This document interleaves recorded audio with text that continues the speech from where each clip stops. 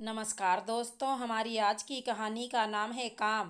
क्या भाभी, आपको बोला था ना कि मेरी सहेलियां आ रही हैं, थोड़ा अच्छे से तैयार हो जाना। और आप ऐसे ही घूम रही हैं। रुचि की ननद स्नेहा ने रुचि से कहा। हाँ तो स्नेहा, मैं भी बैठी नहीं थी, काम ही कर रही हूँ सुबह से। रुचि ने कहा। रहने दीजिए भाभी, मैं ही अपनी दोस्तों के लिए चाय नाश्ता ले जाती हूँ, बोल के स्नेहा रुचि के हाथ से ट्रे ले लेती है और चली जाती है। शाम में रुचि अपने देवर के लिए चाय लेके जाती है। कमरे में चाय रखते हुए बोलती है कि सचिन, तुम्हारे जो कपड़े गंदे हैं दे दो, जरा मशीन में डाल दूं।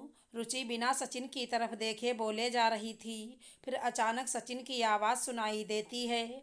रुचि देखती है, सचिन वीडियो कॉलिंग पे ऑफिस मीटिंग पे था। क्या भाभी, आपको पता है कि मेरी मीटिंग चल रही है, फिर भी बोलते हुए चली आती हैं।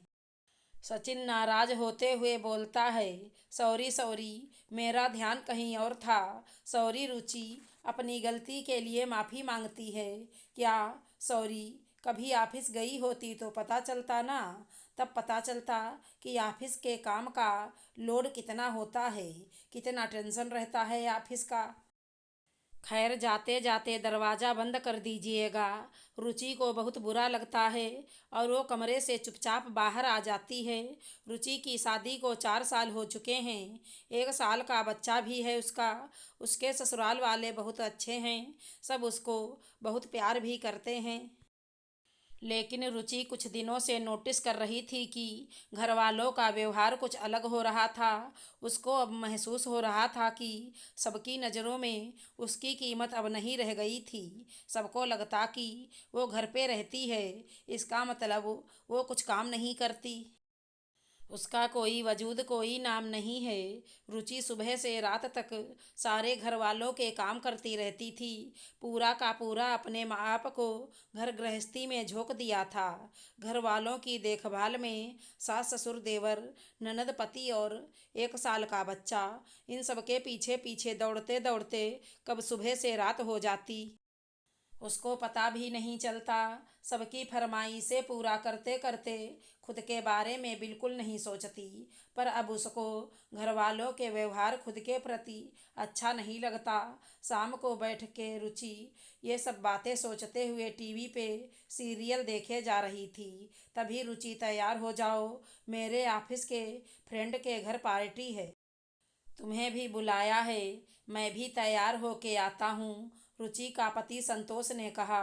अरे, ऐसे कैसे चल दूँ अचानक से? सब्जी गैस पे बन रही है, माँ पापा को अभी खाना खिलाना है, और बेबी भी अभी सो रहा है, उसको भी खिलाना है। अगर पहले बताया होता तो अब तक सब काम कर लिए होते और तैयार भी हो गई होती, तुम्हारे आने से पहले ही। रुचि ने बोला। ये कहो ना, तुमको अपना ये घटिया सा सीरियल देखना है, जब कहीं चलने को कहो तो 50 काम गिनाती हो, और ना कहो तो बोलती हो कि कहीं ले नहीं जाते घुमाने। काम धाम कुछ करना नहीं है घर का, बस टीवी देखती हो, और जब कुछ बोलो तो ये काम करना है, वो काम करना है, गाना गाने लगती हो। बोल के संतोष कमरे में चला जाता। रुचि को बहुत बुरा लगता है और वो रोने लगती है। वहीं बैठे बैठे सासू माँ भी बड़बड़ाने लगती हैं कि बताओ, लड़का अभी ऑफिस से आया और आते ही उससे लड़ पड़ी। रुचि संतोष से बात नहीं करती है। फिर संतोष 2 दिन बाद रुचि से माफ़ी मांगता है कि सॉरी, मैं कभी कभी ज़्यादा गुस्सा कर जाता हूँ, लेकिन मैं सोच रहा था कि तुमको कहीं घुमा लाऊं, बहुत दिनों से कहीं अकेले गए नहीं हैं, लेकिन मुझे पहले बता देना चाहिए था। सॉरी, मैं बताना भूल गया था। कोई बात नहीं संतोष, लेकिन मैं भी अब जॉब करूँगी, मैं थक चुकी हूँ अब, मुझे नौकरी करनी है। रुचि ने अपना फैसला सुनाते हुए कहा। क्यों, क्या कमी है तुमको यहाँ? संतोष ने कहा।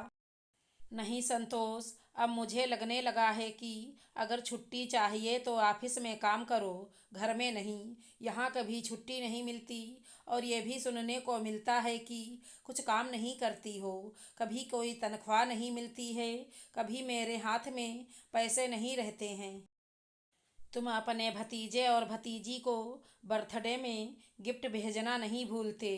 कभी ये सोचा है कि मेरे भी भतीजे और भतीजी हैं, उनका भी जन्मदिन आता है, तुमसे पैसे मांगो तो उसके बदले में तुम्हारे हजारों सवाल का जवाब दो, बिना सैलरी के दिन रात घर के काम करते रहो बस। ऑफिस में तो केवल एक बॉस होता है, यहाँ तो सब बॉस बने फिरते हैं, जिसे देखो वो सुना देता है, जैसे मेरी कोई वैल्यू है ही नहीं। इस घर में मुझे एक काम वाली बना दिया है, जिसके गलती पे उसको सुना दिया जाता है, लेकिन काम वाली भी मुझ जैसी हाउस वाइफ से बेहतर हैं। कम से कम उनको तनख्वाह तो मिलती है, चाहे वो जैसा भी काम करें। कितने रौब से करती हैं सब काम, कितने भी बेढंग से करें काम, कोई उनको फर्क भी नहीं पड़ता।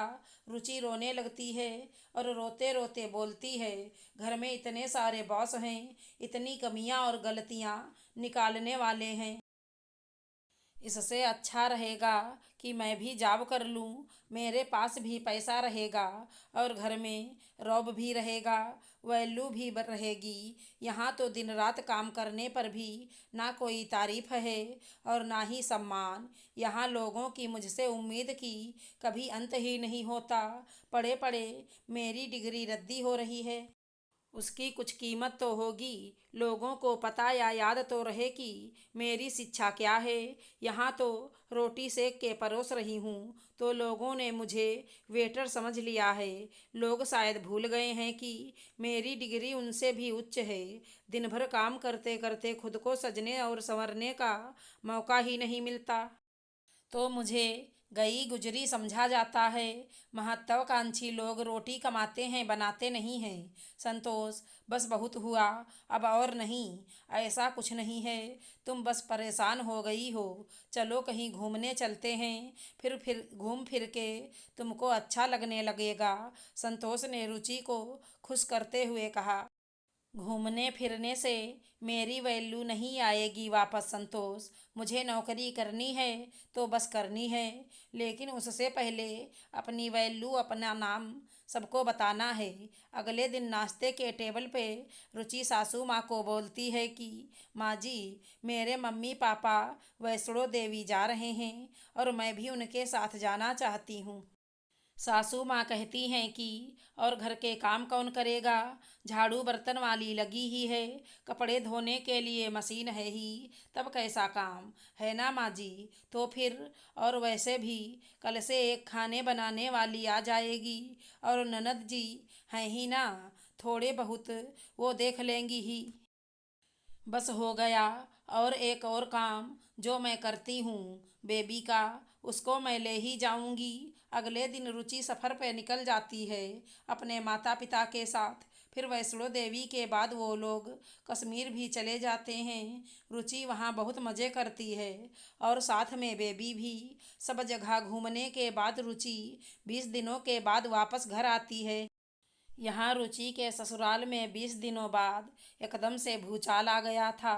रुचि के आते ही देवर दौड़ पड़ता है, भाभी माँ, आप कहाँ थी माँ, बचा लो हमें घर के कामों से प्लीज प्लीज। और साथ में ननद स्नेहा भी। इनको ऐसा करते देख रुचि की हंसी निकल जाती है और उसके साथ साथ सासू माँ और ससुर जी भी हंस पड़ते हैं। हाँ बहू, इन 20 दिनों में मुझे पता चल गया कि तुमने घर के कामों से मुझे कितना मुक्त कर दिया था। वो मैं भूल ही गई थी, घर के कितने काम होते हैं और अब मुझे आदत भी नहीं रही, तो मैंने सारे काम इन लोगों से कराए, इसलिए ये सब रो रहे हैं। सॉरी भाभी, हमें माफ़ कर देना, हम भूल गए थे कि आप हमें खाना बना के खिलाती हैं, तो आप वेटर नहीं हमारी, आप हमारा ध्यान रखती हैं, मुझे भी माफ़ कर दो भाभी माँ। संतोष भी हंसते हुए कहता है। रुचि खुश थी कि सबको अपनी गलती समझ आने से, पर साथ ही ऐसा आगे से ना हो, इसलिए अपना वजूद बनाने के लिए भी प्रयास शुरू कर देती है। आशा करती हूँ हमारी कहानी अच्छी लगी होगी। धन्यवाद दोस्तों।